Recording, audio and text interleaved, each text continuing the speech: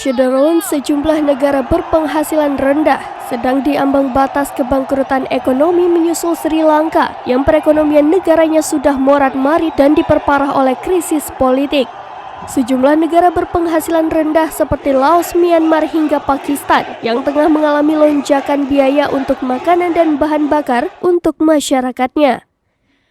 Laporan bertajuk Krisis Respon Group yang dirilis PBB pada bulan lalu menyebut lebih dari separuh negara termiskin di dunia terlilit utang dan beresiko tinggi dalam kesulitan. Laos sebagai negara kecil yang terkurung daratan di Asia Tenggara ini sebetulnya mencatat pertumbuhan ekonomi tercepat sebelum pandemi COVID-19.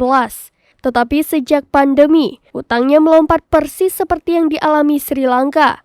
Laos juga terpaksa mengemis restrukturisasi utang bernilai miliaran dolar Amerika Serikat. Cadangan devisa Laos tersisa hanya kurang dari 2 bulan impor.